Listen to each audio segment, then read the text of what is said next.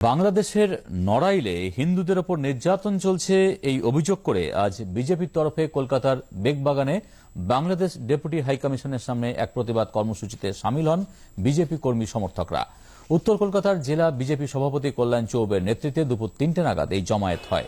কল্যাণ চৌবে বলেন, কেন্দ্রীয় সরকারের পাশাপাশি রাজ্য সরকারের তরফে হাসিনা সরকারের কাছে হিন্দুদের সুরক্ষার আর্জি জানানো হয়েছে। এদিন এজেসি বোস রোড এবং বেগবাগান সংলগ্ন রাস্তার মোড়ে বিজেপি কর্মী সমর্থকদের পথ আটকায় পুলিশ। তারা সেখানে ধর্নায় বসে পড়েন। এরপর ২ সদস্যের এক প্রতিনিধি দল বাংলাদেশের উপদূতাবাসে গিয়ে স্মারকলিপি জমা দেয়। এই নৃশংস হত্যালীলা যেরকমভাবে আন্তর্জাতিক স্তরেও এই রকম ঘটনা ঘটছে, আমার মনে হয় ভারতে যেমন সংখ্যালঘুরা তারা সুরক্ষিত রয়েছেন, সেরকম বাংলাদেশের উচিত সেখানকার সংখ্যালঘু হিন্দু সম্প্রদায় যেন সুরক্ষিত থাকে। সেটা বাংলাদেশ সরকারের এই দায়িত্ব এবং কর্তব্য পালন করবে, এমনটা আমরা আশা করি।